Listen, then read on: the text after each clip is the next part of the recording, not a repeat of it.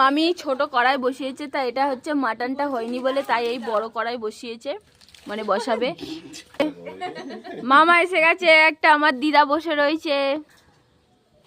এই দেখো আজকের আমাদের মামার বাড়িতে বুড়ি ভোজ, মাটন কষা, মামির হাতের রান্না। তারির মনে হয় খাওয়া দেয় না, এই দেখো কিরকম ভাবে বসে রয়েছে।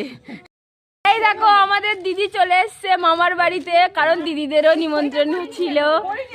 আমার ননদরে তো আজকের হেভি সুন্দরী লাগছে গো। এই আমাদের মঙ্কু এসেছে, এই দেখো ভাগিনী। এই ওদি তোমার হেভি সুন্দর দেখাচ্ছে। দেখো ওরে বাবা, ও বাবা তোমার তো নায়ক লাগছে। বন্ধুরা সবাইকে আমি দেখিয়ে দিলাম। তো দেখো এখন কি বলতো, আমাদের সবাই এক জায়গায় হলে না অনেক গল্প হয়, তো তার জন্য দেখো আমরা সবাই গল্প করছি এখন। টাটা বন্ধুরা, ভুড়ি ভোজের সময় আবার দেখাবো। টাটা।